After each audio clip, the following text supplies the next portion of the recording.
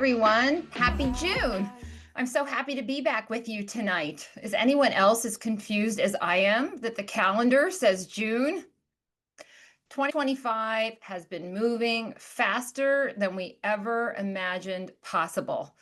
Mama has big goals. We know that ending the national emergency in youth mental health requires parent education, getting phones out of schools, and demanding safeguards on tech products.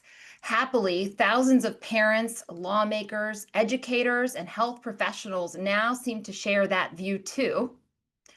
And so far this year, we have all been working together to make real change in our homes, our schools, our communities, and in our legislatures.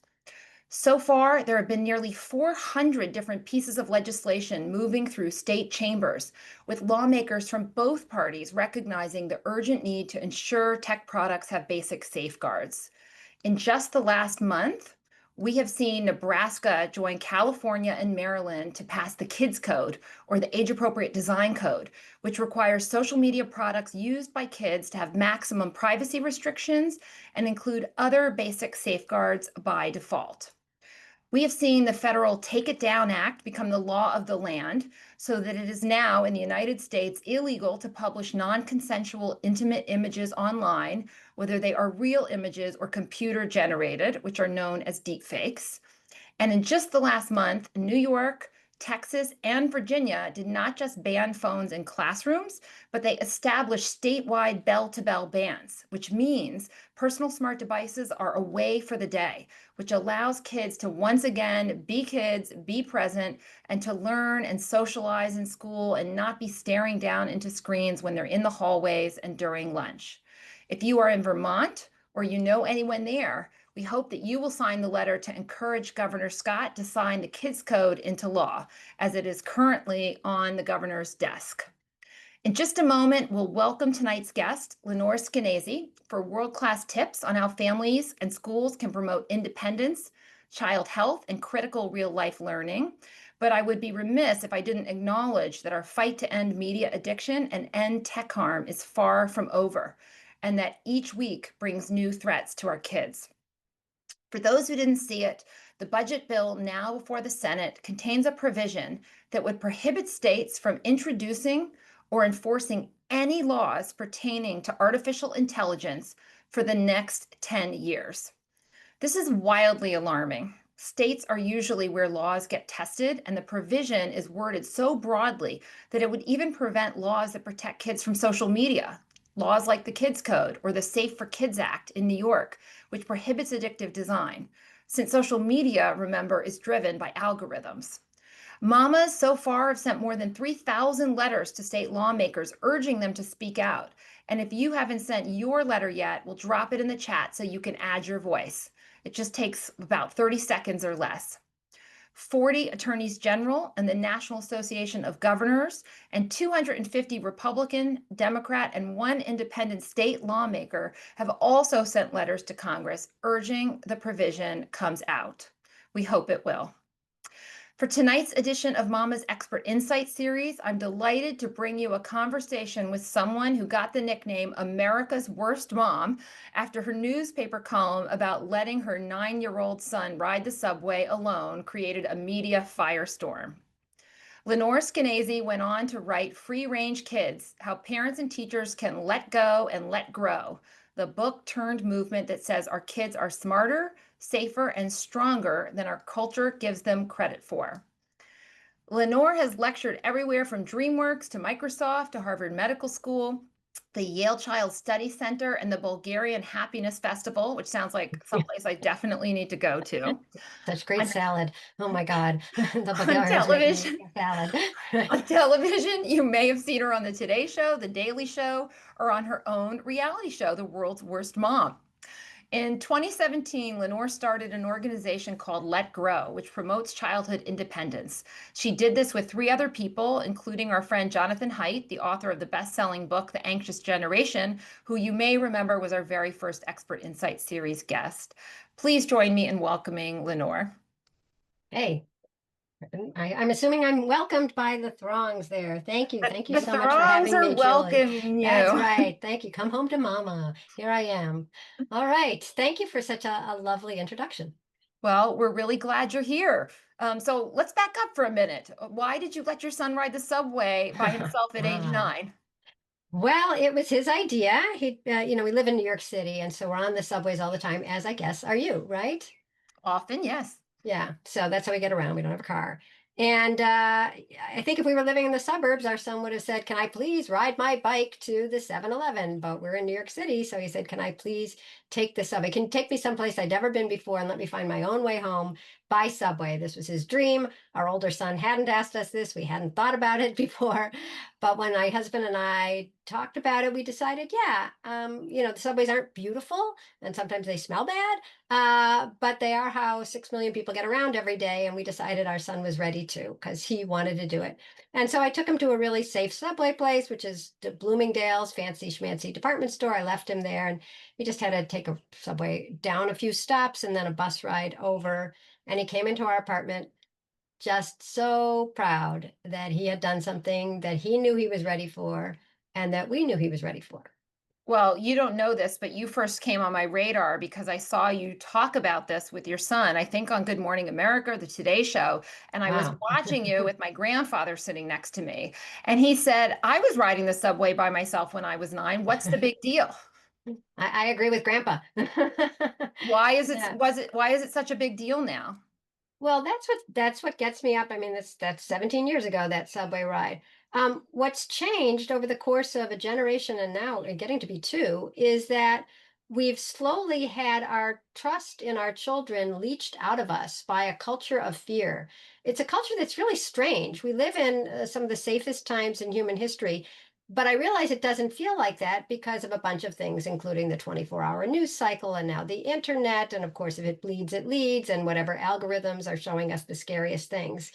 But even as society's crime rate dropped it peaked in the 90s, early 90s, and now it's back to the crime rate of 1967. It's not even the crime rate of the 70s anymore. We were told that letting go of our kids was a dangerous thing. In the 80s, there were a couple of high-profile child kidnappings. That's when we put pictures of missing children on the milk cartons. Do you remember these, Of Julie? course I do. It was life-changing when it happened. We all began, I mean, I spent my whole childhood worrying about men in a white van pulling up to take us away. Even though, of course, the facts are that most kidnappings are from a parent in a divorce proceeding or in a custody proceeding, not stranger kidnapping.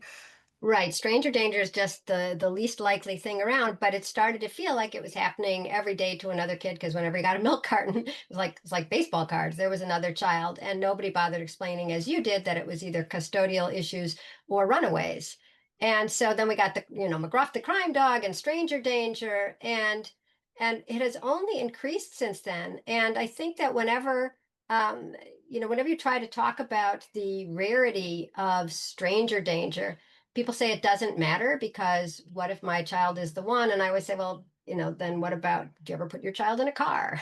Do you ever drive them someplace? That's the number one way kids die. And so there's just something very tenacious about that fear. And once it became less and less common to send your kids outside, it just sort of spiraled because my kids are not going to have fun at the park if your kids aren't there because it's just boring. And so they'll come home. And then, of course, we live I was going to say a communist country, but that's not what I'm trying to say. We live in a capitalist country. And of course, as families shrank and as families got often two breadwinners, there was more money to be spent on any kid and sometimes less time. And so we would put them into other organized activities rather than leaving them to play outside or, hop on their bikes or take the subway.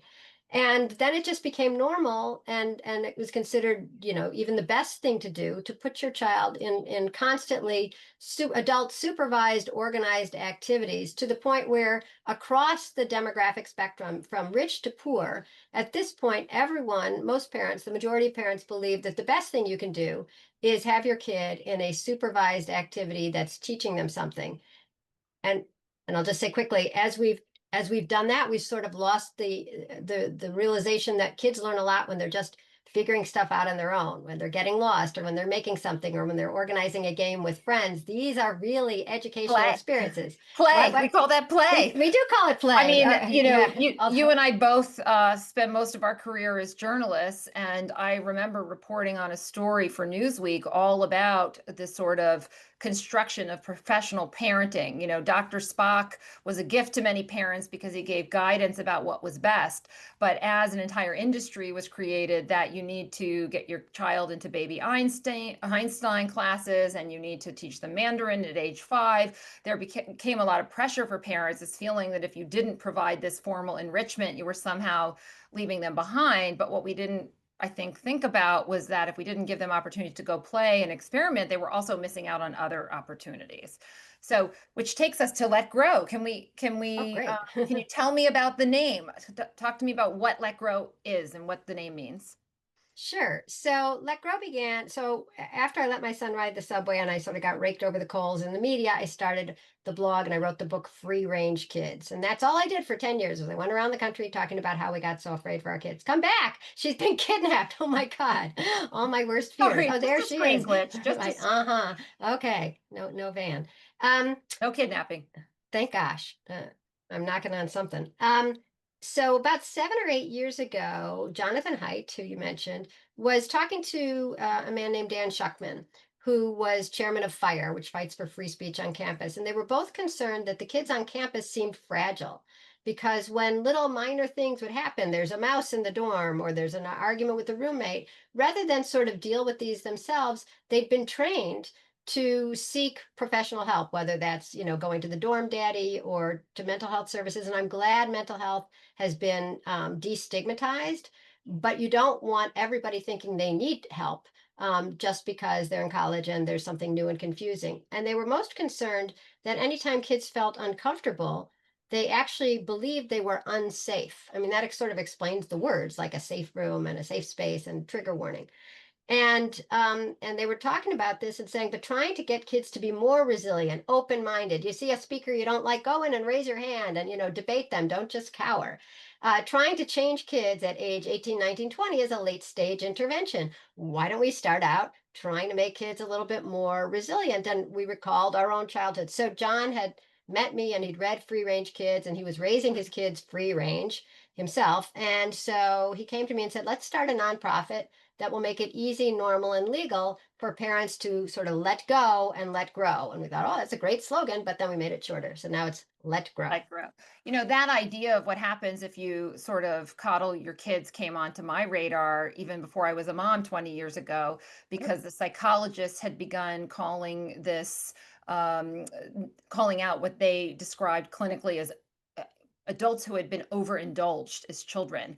And they Interesting. found that by children being coddled, not, you can't spoil your kids with too much love, but by denying them the opportunity to fail, by sort of becoming what we later called helicopter parents and then snowplow parents, all the hovering and coddling had denied them Mhm. opportunities to actually learn and grow and develop self-esteem. Why do you think all the hovering and coddling is so bad for kids?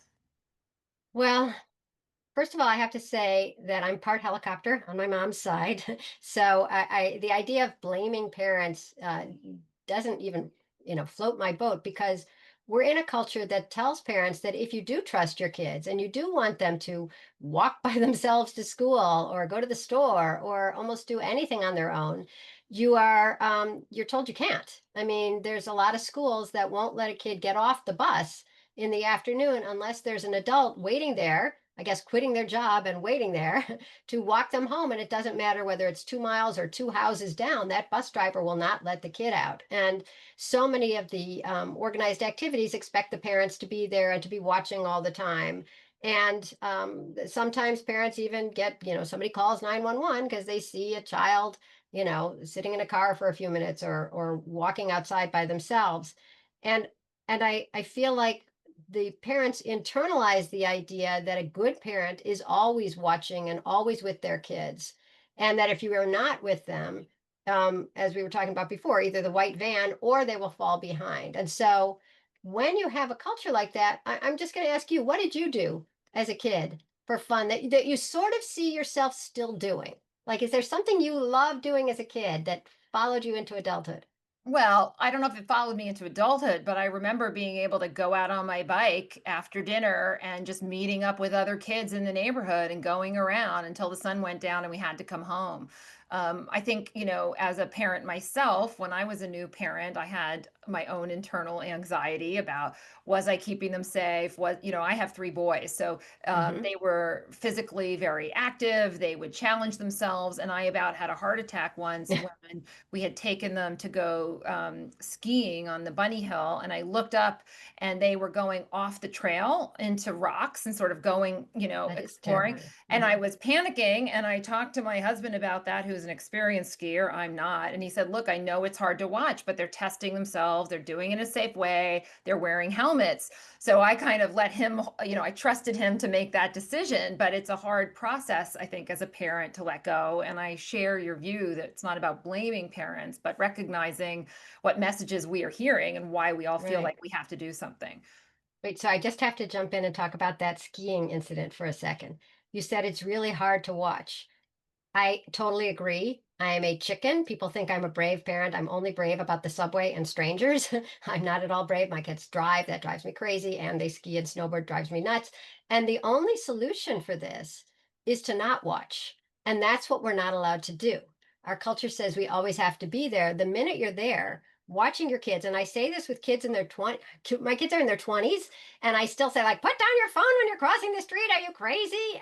And you know what? I'm sure they're crossing the street right now, somewhere without me, and they're doing it like a sane and safe young person now, because when you're not with them, they rise to the occasion. But when we're with them, first of all, they know that we're taking care of everything. Oh, mom will, stop me if anything's bad. And then also we see Wendy Mogul, who wrote The Blessings of a Skinned Knee, said something so brilliant, which is that if you look at anything closely, you see the flaws. And we are looking at our kids so closely. We see their grades instantaneously. We're with them when they're with their friends. We're always, they're always with us at, when we go out, and we're with them at the bus stop. We're reading buddies. You see everything that they're doing. And usually kids are kids. Sometimes they're dumb. Sometimes they're, slow. Sometimes they're mean. They're often inefficient. And when you're there, you jump in. Like, here, honey, let me do it, or don't do it that way, or use your indoor voice. And so the only solution to us feeling less anxious, ironically, turns out to be not being with them as much.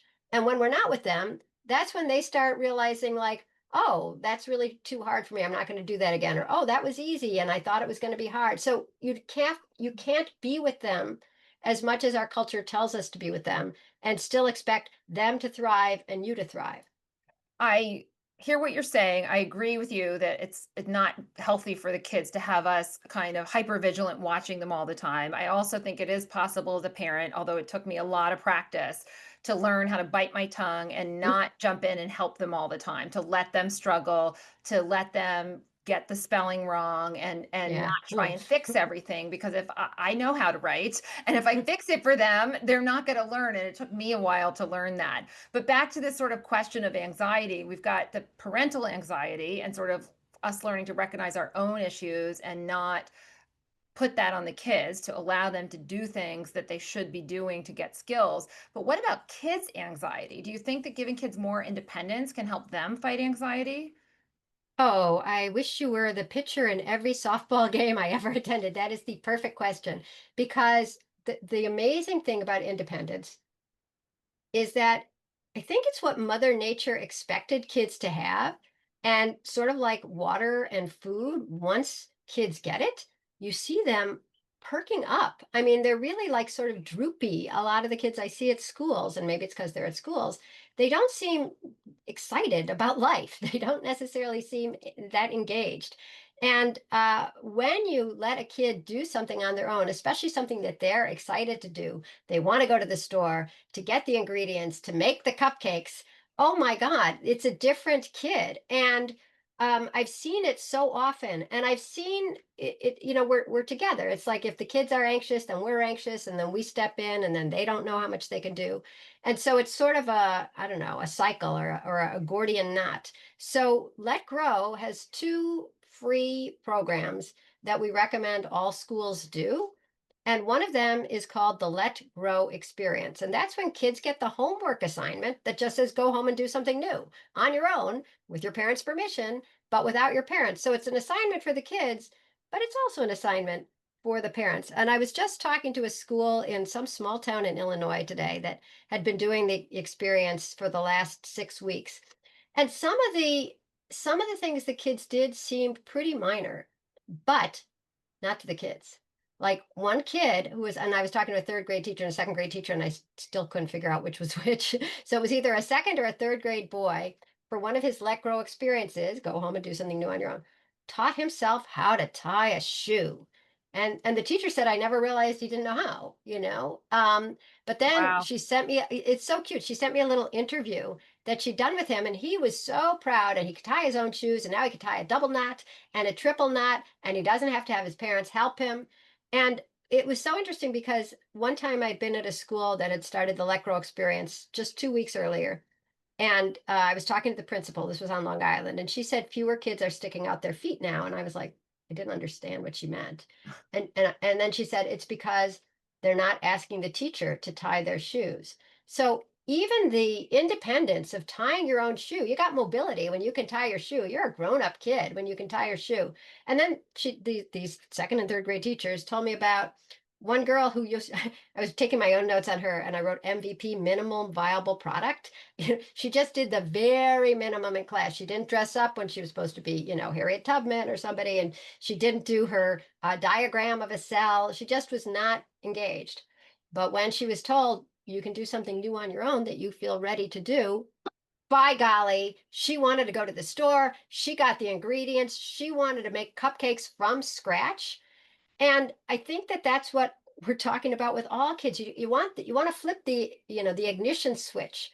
And when you do, and kids do something on their own, that's what breaks the parents' anxiety because they let go of the kid. One mom in this school was tracking her kid while he was walking around. She saw he was going in the wrong direction. And she said she had to sit on her hands so she didn't just hop in the car to go and say, honey, you're in the wrong place. You're supposed to be going that way. She sat on her hands and he came home and they both realized he can do it. Get lost, it's not a big deal. I remember when my kids were little, I happened to find a catalog for Montessori materials, Oh, and wow. you could order real tools for kids. And I bought knives that allowed them to cut and chop vegetables, but one of them wasn't too sharp. And, so I gave my kids these tools and they began working in the kitchen. And once they began working in the kitchen, they were ready for the next thing and the next thing. And next thing you know, my son is 10 years old and he's going to the butcher by himself and he's ordering Wow. meat to cook tacos for all of his friends. And other adults are like, how does he know how to do that? And it just started with the very first step, right? It enabled them to feel comfortable taking the next step and the next step. So it's I love that. I love that. I have another mom whose kids started making tacos is a great thing to start with. There's so much incentive. there's a lot of incentive there. Yeah. I mean, it's part of this self-esteem. I mean, with the whole idea Yes. that you give every kid a ribbon, I mean, that didn't work, right? That didn't actually give them self-efficacy. But if you're actually doing things like my son is pretty confident about his cooking skills because he's done it dozens and dozens of times now. So if you've gone to the store by yourself, if you've, um, babysat taken care of a kitten or some new independent thing, that gives you confidence, right? It's so great. I love that story so much. So here I've been talking about the same thing for a million years, and then I was talking to a pastor in Dallas whose church is doing the Let Grow experience now. No, Austin, sorry. And she put it so succinctly. She said, independence leads to competence, and competence leads to confidence. We can't just go straight to confidence with nothing to feel confident about. That kid was not confident until he tied his shoes, right? That girl was not turned on until she went to the store and did something. And independence turns out to be, I mean, I'm talking about this so much that there was a psychology professor at Long Island University named Camilo Ortiz, who was paying attention. And he did a pilot study of independence therapy. He called it independence therapy, which is just basically the let grow experience as therapy for kids with a diagnosis of anxiety. And he was working with kids age 9 to 13, and just four of them. And what he did is week one, he met with the kids' parents, just the mom and dad, not a group therapy, and found out like one kid was afraid to go upstairs in his own house or downstairs without his mom or dad, 9. Another kid wouldn't sleep in her own bed. She was 10. Then the following week, he met with the parents and the kid. And instead of normally in cognitive behavioral therapy, I hear you're afraid to go upstairs. How about tonight you go upstairs for 5 minutes? I'll give you a watch. You'll time it. You'll see how you feel. And then maybe we'll go to 10 minutes the next week. He didn't talk about that at all. He said, you're 10. I'll bet there's some stuff that you want to do already on your own that you haven't done yet because maybe you're not sure your parents will let you. And it turned out he wanted to take the long, gotta bless these boys who like public transportation. He wanted to take the Long Island Railroad and he wanted to walk home from school. And the girl wanted to sell bracelets at school and play chess with the guys in the park. And their job was strange, I know. They had to do something new every day for 4 weeks. So it's 28 days. And by the end of those 28 days, all the kids had gone from feeling worried most of the time to feeling worried a little bit of the time, which is all of us, certainly me. And off the record, but I realize it's on the record, but off the record, Camilla just got $1 million to do a randomized control study because it worked faster in these cases than cognitive behavioral therapy would, and it worked better than drugs. So if we're That's talking about something that's so simple and easy and in schools it's free, let's do it. so you told us about the trying something new. Can you talk about the Let Grow Play Club? What is that? With joy, yes. So the Let Grow Play Club is just this other simple idea. So when we started Let Grow, we started with me, Jonathan Haidt, Dan Schuckman, and then we brought in a man named Peter Gray, who I highly recommend his book, Gray. He's a professor of psychology at Boston College. His book is free to learn, and he has spent his adulthood, which is considerable because he's like in his 80s now, studying the importance of mixed age free play. And by that, he means the kind of play that all animals do and all humans did until about 3 minutes ago in evolutionary terms, which is the 3-year-old is toddling off after the 5-year-old who can't wait to play with the 7-year-old. And they're in a group together and they have to figure out what they're going to do and what they're going to play. And what do we do if we have to involve the 3-year-old? Well, he could be the stump or whatever. It's just when kids are figuring stuff out on their own, when they're playing with each other, they're compromising, they're arguing, they're coming up with new ideas, they're communicating. Kids actually use more elevated language when they are just playing with each other than they use in the classroom because there's more at stake. They want to have fun.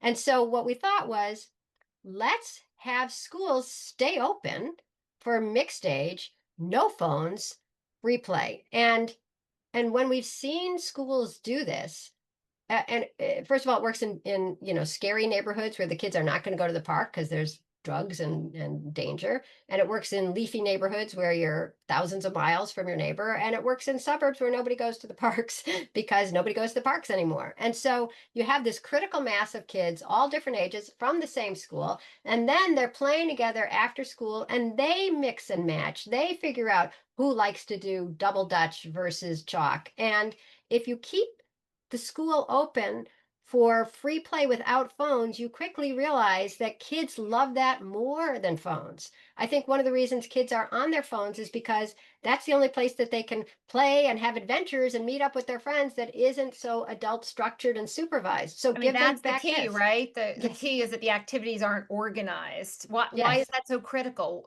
It sounds like you're describing a wildlife refuge. Why is it so that important that is it. kids I are am free to describing decide? because that's so I think that Mother Nature or Darwin or evolution put this play drive into kids because it makes them really desperate for something, and the desperation is for fun. It's hard to get to the fun part. There will be a lot of arguments along the way. There will be frustration. There will be boredom. There will be uneven teams, and you have to either live with it or make the case to like, let's do it this way. All those skills are why we have the drive to play, because in the desire for the fun, we learn how to compromise and communicate and become fully human in real life, not with a bot, not with somebody who's playing, another 3 countries away, but somebody that you'll see tomorrow. So you better not be a total jerk. And this is how Mother Nature assumed we would learn to live with each other. And when you take free play out of kids' lives and still assume that they'll be okay, no, you need these experiences to become a functioning social emotional person. That's why we have all these lessons on social emotional skills now, because there's no place that they're learning them automatically. You're learning skills to deal with other people, and you're also learning skills to deal with yourself. I mean, tolerating Yes. frustration is something you need to do not only to be in social relationships, but also to manage your own experience as an individual. And, folks who don't develop those skills have mental health problems. Right. Let's talk for a second about how Let Go Grow's programs and ideas kind of represent the fourth norm from the anxious generation: more Oh, independence, responsibility, and free play in the real world, which also ties directly to Mama's mission of creating a world where real life experiences and interaction remain at the heart of a healthy childhood. right. So, I love the fourth norm. I mean, John has been on board with these ideas since long before the anxious generation. Even in The Coddling of the American Mind, he was writing about how we just have to step back a little and give kids this space that we've taken away from them in the real world, and then a lot of us have given it, for better or worse, probably worse, online, and they're never learning how to interact well. And so I just wanted to mention Peter Gray did a huge study that was in the Journal of Pediatrics that found that over the decades, as kids' independence and mobility and free play were going down, um, their anxiety and depression were going up. So it's not a surprise that if you want to have a healthy childhood and a healthy generation, you have to give back what we took away to the detriment of kids' mental health. And I think one of the things that resonates so much about the anxious generation and really jives with how we got to Mama is that so much of the time we're spending online is actually displacing these critical real life experiences. You talked about what Yes, happens on the playground. You talked about the negotiation, but it's also when two humans, I'm very much enjoying this conversation with you tonight, Lenore, but if you and I were in physically the same room, if the audience was together in the same so room, fun. Yeah. it's more fun, and our neurobiologic experience of what's happening is richer, it's deeper, it's affecting different more neurons in the brain. So by letting kids be online so much, we're displacing all of those real life experiences and all those opportunities to let grow and to encounter new challenges. So I love that you touched on that. So I have to say, just jumping in again, one thing. So John worked with a wonderful artist named Dave Cicerelli, who did the cover of his book and also made these giant milk cartons that said "Missing Childhood," which were just brilliant. Um, but he put this, people put things more succinctly than me, and he said that in our day, when we were driving our parents crazy, which kids do, that's why you can't be with them all the time. But in the olden days, the mom would say, "Go outside," and now it's go online. So if you don't want your kids to go out online, you have to renormalize them doing some stuff on their own. Otherwise, it doesn't work. You can't be spending every single second making a teachable moment with your kid. So, what I'm hearing in part, it's not our fault exactly, but the problem here really is the adults. It's us who are doing the helicoptering and the coddling. The problem is coming from the technology because we have all this technology available and we're using it even if it's not always appropriate or what's best. And we have this situation that I get asked about a lot where parents aren't just hovering, but they're actually geo-tracking their kids. Oh, They're yeah. stalking their kids when they go out at night.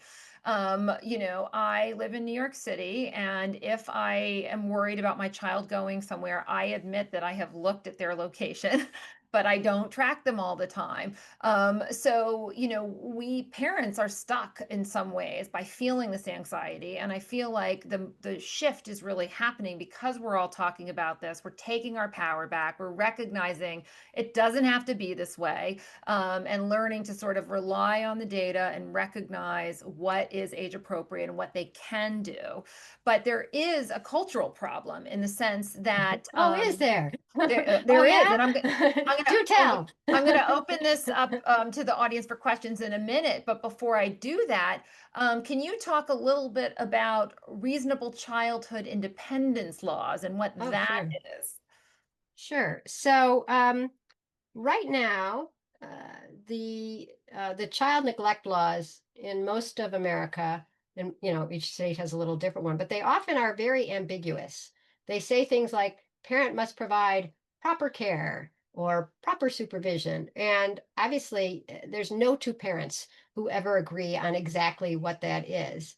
And so sometimes somebody with who doesn't think any kid should do anything until they're 21 sees a kid who's 10 walking to the store, and a mom gets arrested. It's rare.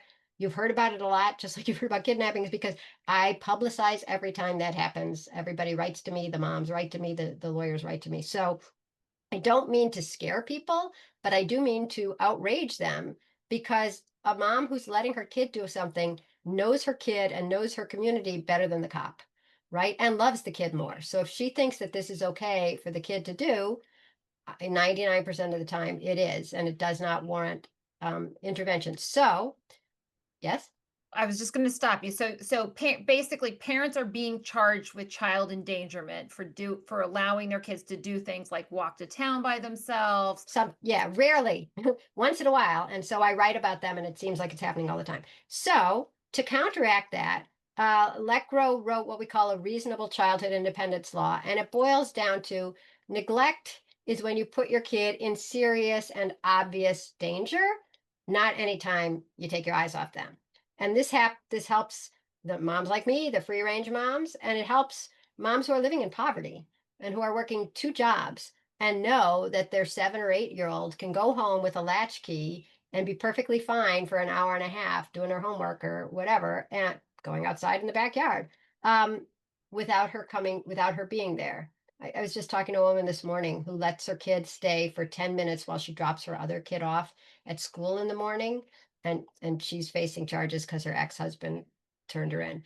But we can't, we cannot criminalize parents making a rational decision that their kid is going to be safe, pretty safe, not perfectly safe, but they're not perfectly safe if you were driving them anywhere. They're not perfectly safe if they're in, anywhere. There's no such thing as perfect safety. So our law has been passed as of today. I just found out in 10 states. And Congratulations. yeah, not bad. I mean, you guys are passing a lot of laws too. So right on. Right on. So would you advise parents who wanted help sort of determining what's appropriate? I mean, certainly every child's a little different. I Hmm. have three, and there was variation in who felt, who seemed ready for what at what time. But if someone Hmm. has a question, do you have any Hmm. resources on how they can get help or advice? Um, strangely enough, I don't really have that because I always assume that parents know. And the way they know is they think back on their childhood and they thought, like, well, I did that at 7 and I was ready for that, or that was a little hard. I think I'd wait till 8. And you can try things. You can test drive a little bit of independence. I'm not willing to let him ride all the way across town, but maybe he can ride over to grandma's house and see how that goes. I mean, I remember there was one family it was in Menlo Park that was doing the Let Grow experience. And the kid really wanted, he was in fourth or fifth grade, he really wanted to ride his bike to school. And the parents said, no, no, no, it's too dangerous, too busy, no. But one of the pieces of information that we give in our Let Grow experience package says, all the worry in the world doesn't prevent death, it prevents life. And somehow that rang true for them. And so they decided, okay, you can't ride to school, but Saturday mornings, less traffic, you can ride your bike to your friend's house. So he rode on Saturday morning, at the best time. He was with his friends. He came home, he was sweaty and tired and so happy that his parents had trusted him and he'd done this thing on his own. So that was Saturday. Sunday passes, Monday passes. Tuesday morning, the father, who'd been the more worried one, looks at the mom and said, why don't we let him ride his bike to school? It's so amazing to me how thick the fear feels. It just feels like it's this ice, an ice flow. And then it turns out that it really just needs a little crack. It's like an ice age.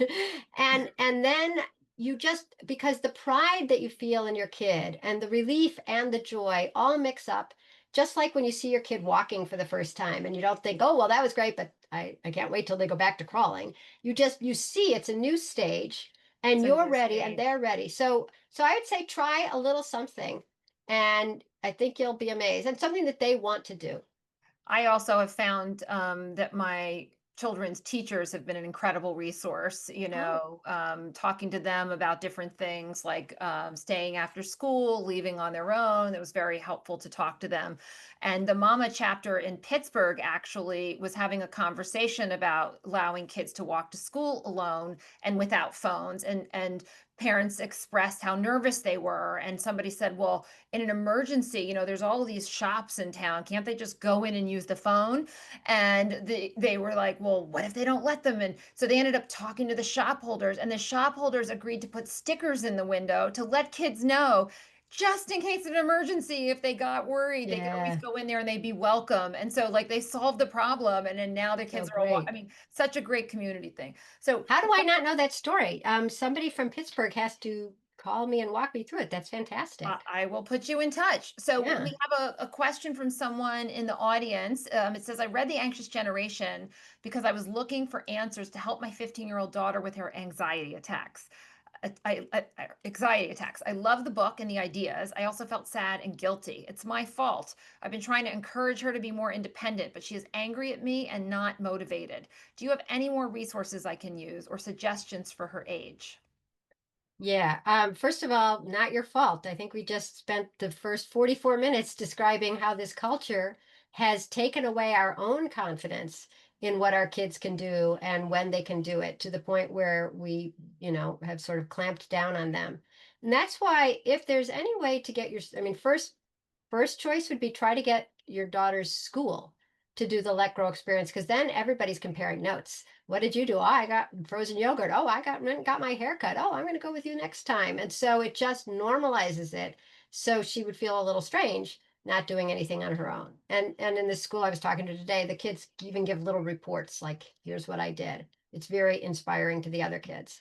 If that is not happening, I love the idea of two moms going out for coffee and they're sitting at Starbucks and they're at the strip mall and they give the two kids a $5 bill or maybe even a $10 bill if you can afford it. And you say, how about you guys go to the dollar store and get something for a snack for this afternoon? And generally, the idea of being independent that way is very attractive. And especially if they're with a friend, then there's no fear because you're with somebody else and it's more fun. So you could I would say try it with someone else. With my kids, one of the things that I had to overcome was their frustration with me when I would take away the phones during play dates. They would have friends over, Oh, and I just interesting. could not stand seeing all the kids sitting around the table and staring down. And so, what I started to do is I would, feed them all pizza, and then I would announce that when the pizza's done, the phones are going away. And they would all complain and they would say how horrible it is, and then I'd say, yes, it's totally horrible. And I would go around the table and I would put the phones in the baskets, and they were like, there's nothing to do, we're so bored. And then within minutes they would be throwing a ball, they would be making things. I keep a lot of art supplies in the house, craft Wow. supplies. They always find something to do, and they always encourage each other. So in that case, it reminds me that other kids are the key, because if they're with us, we'll just capitulate and play roly poly for the rest of our lives. So if there's some way to have we recommend these Let Grow play clubs at schools, but you could start one at your house. You can tell everybody. Actually, this town in Piedmont, California, just started free play Fridays at two parks, and they send little notices around. Send your kids to the park from 3 to 5, don't stay, right? They're going to be fine. And that keeps growing. So kids really want to be with each other. They really want to have fun. The easiest frictionless way right now is on phones. But if we give them other paths to being with their friends, whether it's pizza or go to the park or play after school, they will love it. I like to do things too with other families, like find a friend and their kids, are close in age, even if they're not exactly. They don't You have to be force them to exactly. go to the museum, or you force them to go to a park or listen to some music, and they complain, they complain, they complain. But then when they get there, the younger people hang out. Sometimes there's intergenerational friendships forming, and it always ends up being worthwhile. Although it can be hard to tolerate their, complaints, but They're once you get complaining. there. Yeah. Another question for you. With summer Mhm. coming up, I know at Let Grow has some special ideas. Can you tell us about the Let Grow summer experience? Yeah, the Let Grow summer experience looks an awful lot like the Let Grow experience during the rest of the year, with maybe a lemonade stand thrown in. It's just a list of ideas. Sometimes I remember when I was growing up, my mom had like the Women's Day magazine, What to Do on a Rainy Day. And there were rainy days, and you'd flip through it and you think, oh, yeah, I will make a paper doll, or oh, maybe it is time to make something out of cornflakes or whatever. So that's what this is. It's just a list of things you can do, at a park or with a friend or for animals or looking at nature or in the city or shopping. Just a lot of, just to spark an idea that, like, oh, maybe that is fun. So it's just a list, That's great. I but it's think great. with You're frozen summer, to me. Um, you look frozen to me too, oh, but I now you're hear back. you. Yeah. Oh, okay. Yeah, I think with summer on the horizon, one of the things that I find for my kids, I've learned after trial and error is having some kind of schedule. It's very It's a good easy idea. with no schedule to just sit Fluff. around, and sitting around feeds into more sitting around, feeds into scrolling, into watching and screens and screens and screens. So getting in the habit of getting up. I am not a morning person, and I'm Hmm. someone who's always really avoided exercising.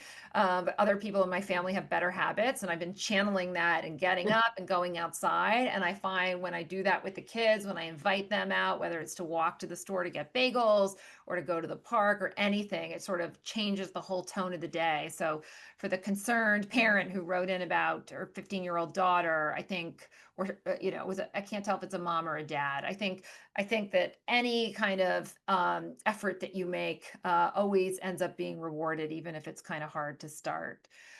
Well, I was going to say one other idea is to create a fake, slightly fake emergency. Like this way, you have to get up and go out. But why don't you make your kids go out and get it? Oh my God, the guests are coming and we don't have toilet paper. Or oh, I have a Zoom call that I have to do with my boss and I need coffee. We're out of coffee. Please go get some. Get yourself, a donut on the way. I mean, kids really want to be helpful, and we assume that they hate chores, but it's not.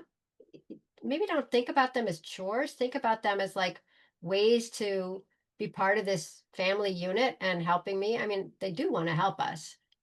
That was the last thing I was going to ask you about tonight, actually, was chores, because Yeah. I believe there's research out there that shows that actually participating and doing work around the house with the family ends up having a positive effect on self-esteem and self-efficacy, which sounds a lot like what we're talking about.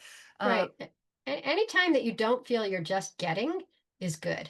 Right. And I hate the word chores because I totally blew it with my own kids. I never had them do any chores. So that was bad. And then I hate the word chore. Chore just sounds so boring and something that you automatically bristle at. But being part of the team, we're all going to clean this up, or, you go to the store and get the Comet and I'll be here working on the bathtub. You can divide and conquer, but it's not it's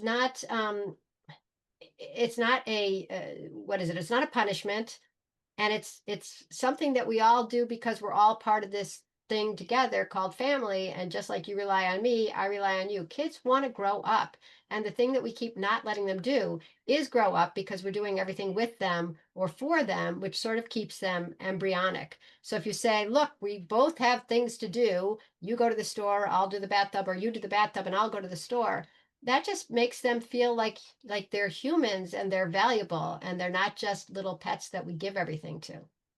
there's an educator at the studio school in Manhattan named Janet Rotter, who I've learned a lot from, and she calls it tending. And that's a word that we use in our household. Tending.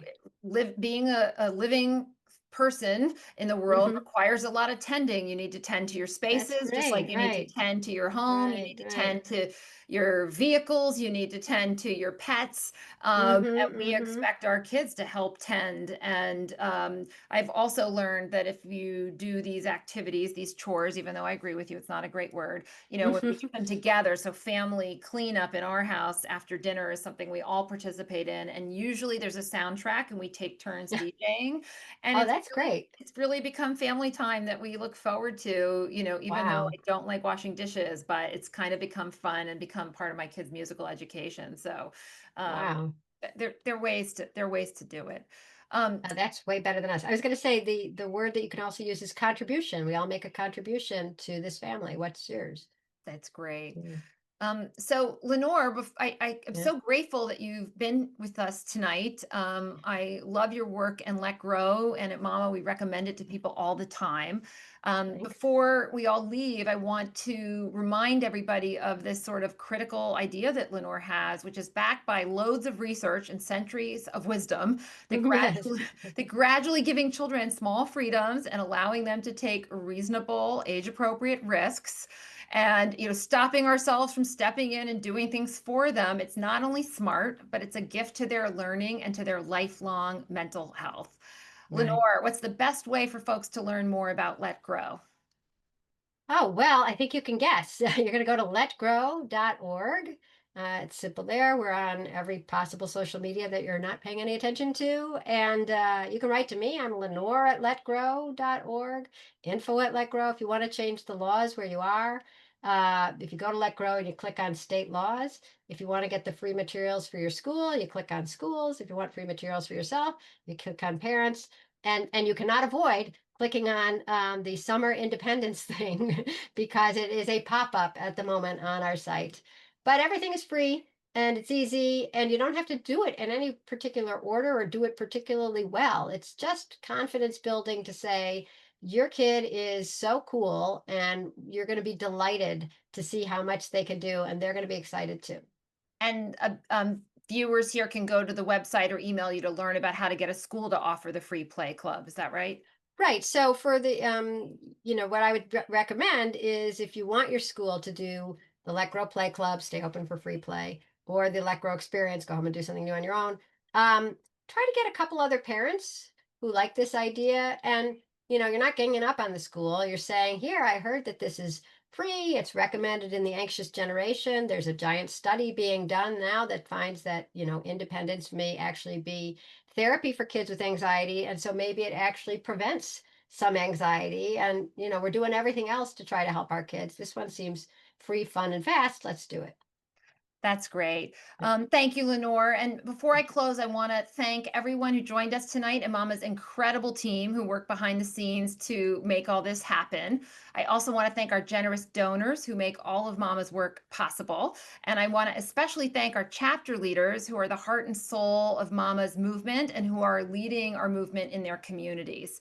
We invite you to become a monthly sustaining donor at the link that's going into the chat. And if you haven't signed up for our newsletter, please do so at the website. It has all the information you need about starting a chapter, joining a chapter, and about future Mama events. And in case you missed it at the top of the program, we're going to drop in a link to our letter encouraging Congress and the senators to take out this AI moratorium, Yeah. AI legislation moratorium. It's really important that that doesn't stay in the budget bill. And if you fill it out, it'll take less than 30 seconds. So I'm going to stay on. I'm Um, going to fill that out too. Where is it? Thank you. This. It's going right in the chat right now. It says Oh, okay. Yeah. secure.everyact.com. So that's it for tonight. Thank you for joining us. And I'm just going to stay here and sit here while you all fill out your forms. Thanks, Lenore. It's great to see you as always. Thank you. Great to see you too. And great necklace. And I'm going to go fill out this form right now. And I like your fun earrings. Thanks. Bye. Bye. Thank you all.